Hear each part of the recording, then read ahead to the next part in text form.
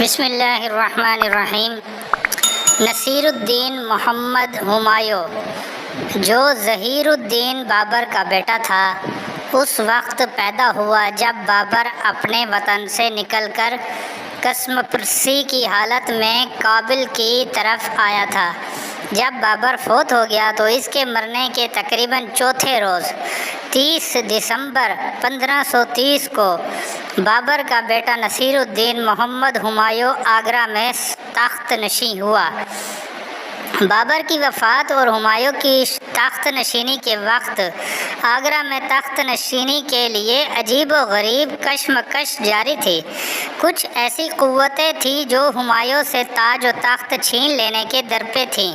بابر جس وقت فوت ہوا تو اس نے اپنے مرنے سے پہلے ہمایوں کو تخت و تاج کا مالک اور اپنا وارث مقرر کیا تھا، لیکن بابر کا وزیر نظام الدین علی محمد بابر کے بہنوئی سید مہدی خواجہ کو بابر کے بعد ہندوستان کے تخت و تاج کا مالک بنانا چاہتا تھا، اس لیے کہ مہدی خواجہ کی شادی بابر کی بہن خانزادہ بیگم کے ساتھ ہوئی تھی۔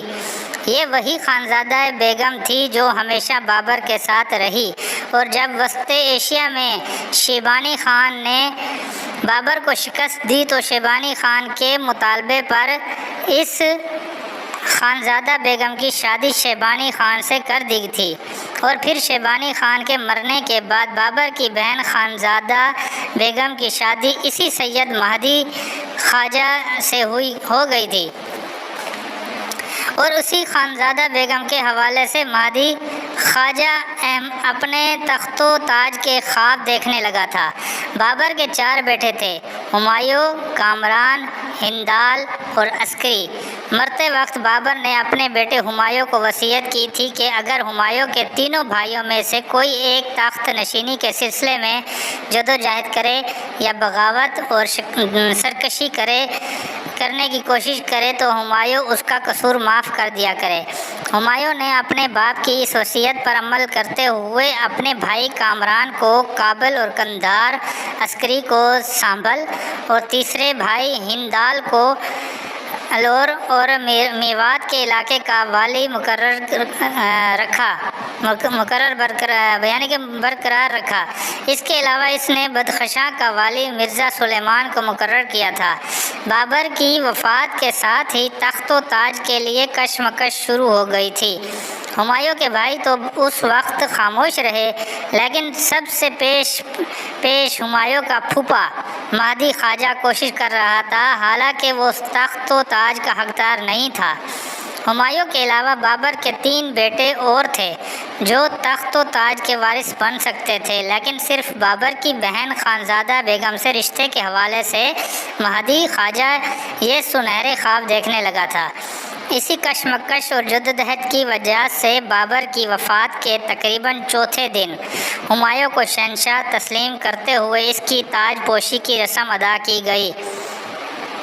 گو بابر اپنی ساری زندگی جدوجہد میں مصروف رہا تھا، اپنے دشمنوں سے لڑتا رہا تھا۔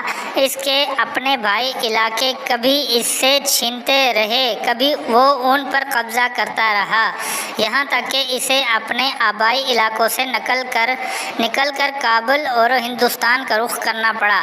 ہندوستان میں اس نے ایک عظیم الشان سلطنت کی بنیاد ضرور رکھ دی تھی، لیکن ابھی اس سلطنت کو استحکام نصیب نہ ہوئی تھی۔ بابر نے خود اعتراف کیا تھا کہ اس وقت تک حکومت تلوار کے بل پر قائم تھا، حالانکہ یہ نظام قلم کے بل بوتے پر قائم ہونا ضروری تھا۔ اس اعتبار سے بابر کی وفات اور ہمایوں کی تخت نشینی کے بعد ہمایوں کے سامنے لاتعداد مشکلات کھڑی تھیں۔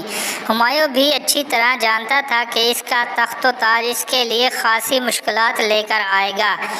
ہندوستان میں بڑی بڑی قوتیں تھیں جو ہمایوں سے ٹکرانے کے لیے پرتول رہی تھی۔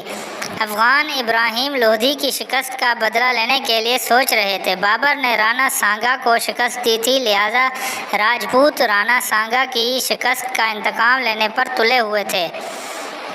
افغان اور راجپوت خصوصیت کے ساتھ بابر کی وفات تک تو اپنی مصلحتوں اور اپنی ضرورتوں کو سامنے رکھتے ہوئے چپ تھے۔ وہ جانتے تھے کہ اگر بابر کے دور میں انہوں نے سر اٹھانے کی کوشش کی تو بابر پہلے کی نسبت انہیں زیادہ نقصان پہنچائے گا، ان کی عسکری طاقت کو بالکل کچل کر رکھ دے گا۔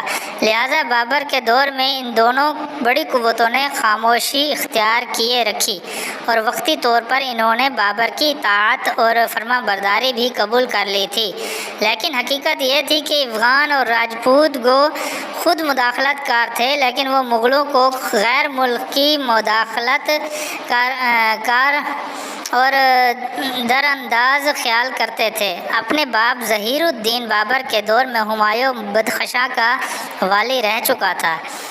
اس وقت اس کی عمر صرف 18 سال تھی۔ اس کے علاوہ ہمایوں نے اپنے باپ کے ساتھ ہندوستان میں جنگوں میں بھی شرکت کی۔ حصار فیروزہ کے قریب اس نے افغانوں کو شکست دی تھی اور پانی پت کے میدان میں ابراہیم لودھی کو بدترین شکست دینے کے بعد بابر نے اسے آگرہ بھیجا۔ بعدازاں اس نے جنگ کنواہا کے دوران لشکر کے دائیں بازو کی کمان داری بھی کی تھی۔ بہرحال تخت نشینی کے وقت ہندوستان میں ہمایوں کے لیے ان گنت دشمن تیار ہو چکے تھے اور اسے ان سب سے نمٹنا تھا۔ ہمایوں بھی ان حالات کو جانتا تھا، اسے خبر تھی اس کے سامنے مصیبتیں ہی مصیبتیں اور دشواریاں ہی دشواریاں ہیں، اور اپنے بھائیوں کو مختلف صوبوں کا حاکم بنانے سے ہمایوں کا مقصد نہ صرف بابر کی وصیت پر عمل کرنا تھا بلکہ اپنے متحدہ دشمنوں کے خلاف اپنے بھائیوں کے ساتھ مل کر ایک مضبوط اور متحد محاذ بھی قائم کرنا تھا۔ بہرحال بابر کی وفات کے بعد افغان سردار مشرقی سرحدوں پر جمع ہونا شروع ہو گئے تھے۔ دوسری طرف گجرات کے حکمران بہادر شاہ نے بھی ہمایوں پر حملہ آور ہونے کے لیے پرتولنے شروع کر دیے تھے۔ اس طرح ہمایوں کو ہر وقت نہ صرف چوکنا رہنے کی ضرورت تھی بلکہ بھائیوں کا تعاون بھی درکار تھا۔ گو اس وقت ہمایوں کے پاس لشکر کی تعداد کافی تھی، مگر ابھی تک اس لشکر میں تنظیم و تربیت کا فقدان تھا۔ اس کے علاوہ مالی حالات بھی کچھ اچھے نہ تھے۔ تخت نشین ہونے کے بعد نصیر الدین ہمایوں کو سب سے پہلے افغانوں سے مصیبتوں میں مبتلا کرنے کی ٹھانی۔ ابراہیم لودھی کو بابر نے پانی پت کے میدان میں شکست دے کر ہندوستان کے لیے اپنا راستہ صاف کیا تھا، اور اب اس کے بھائی محمود لودھی نے ہمایوں کے خلاف سرکشی کرنے کی ٹھانی تھی۔ محمود لودھی ایک عرصہ سے بغاوت کے لیے پرتول رہا تھا۔ بابر نے اسے شکست دے کر بہار کی طرف دھکیل دیا تھا اور اسے وقتی طور پر سرکشی اور بغاوت کرنے کے قابل نہ رہنے دیا۔ ہمایوں بھی دیکھ رہا تھا کہ ہندوستان کے سابق بادشاہ ابراہیم لودھی کا بھائی محمود لودھی بغاوت کرنے کے درپے ہے، لہٰذا اس کی بغاوت کو فروغ کرنے کے لیے وہ بھی انتظامات کرنے لگا۔ 1531 کے شروع میں ہمایوں نے بندھیل گھنٹ میں کالنجر کے قلعے کا محاصرہ کر لیا، کیونکہ لوئر قاب کے علاقے میں حملہ آور ہونے کے لیے اس قلعے کو مضبوط بنا کر اسے اپنے لیے حصار کے طور پر استعمال کرنا بہت ضروری تھا۔ کالنجر کے راجا نے ہمایوں کی اطاعت قبول کر لی اور اسی دوران ہمایوں کو خبر ملی کہ ابراہیم لودھی کی بھائی محمود لودھی نے بغاوت کرنے کے لیے اپنے کام کی ابتدا کر دی ہے اور اس نے آگے بڑھ کر چون پور پر قبضہ کر لیا ہے۔ اس کے علاوہ ایک اور افغان سردار بھی ہمایوں کے لیے خطرہ بن کر اٹھ رہا تھا اور یہ افغان سردار شیر شاہ سوری تھا۔ بابر کے دور حکومت میں شیر شاہ سوری نے بابر سے ایک جاگیر حاصل کر لی تھی اور اب وہ خفیہ طور پر افغانوں کے ساتھ مل گیا تھا۔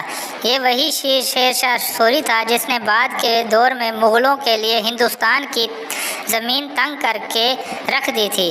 اسی دوران ایک اور افغان سردار بھی ہمایوں کے لیے درد سر بننے لگا۔ یہ شخص عالم خان تھا جو ابراہیم لودھی کا رشتہ دار تھا اور اسی نے بابر کو پنجاب پر حملہ آور ہونے کی دعوت دی تھی۔ جب بابر کے دور میں اس نے بابر کے خلاف کام کرنا شروع کیا تو بابر نے اسے بدخشاں کے قید خانے میں ڈال دیا تھا، لیکن اب یہی عالم خان بدخشاں کے قید خانے سے فرار ہونے کے بعد گجرات کے بادشاہ بہادر شاہ کے پاس چلا گیا تھا اور بہادر شاہ نے اسے مغلوں پر حملہ آور ہونے کے لیے نہ صرف ایک خاصا بڑا لشکر مہیا کیا بلکہ اسے سرمایہ بھی دیا اور اس کی پشت پناہی بھی کی۔ سب سے پہلے ہمایوں نے اسی عالم خان پر ضرب لگائی۔ عالم خان اور اس کا بیٹا تاتار خان گجرات کے بادشاہ بہادر شاہ کے کہنے پر ایک بہت بڑا لشکر لے کر مغلوں سے ٹکرانے کے لیے آگرہ کی طرف بڑھے تھے۔ ان کا خیال تھا کہ ہمایوں اس وقت بے بس ہے، اس کی عسکری قوت بکھری ہوئی ہے، اس کے بھائی بھی پوری طرح تعاون نہیں کر رہے، لہٰذا ہمایوں کو شکست دے کر تخت و تاج واپس لیا جا سکتا ہے۔ لیکن ہمایوں پوری طرح چوکنا تھا، ہر چیز کا وہ بغور جائزہ لے رہا تھا۔ عالم خان اور اس کا بیٹا تاتار خان جب اپنے لشکر کو لے کر آگرہ کی طرف بڑھے تو آگرہ کے باہر ہمایوں ان کی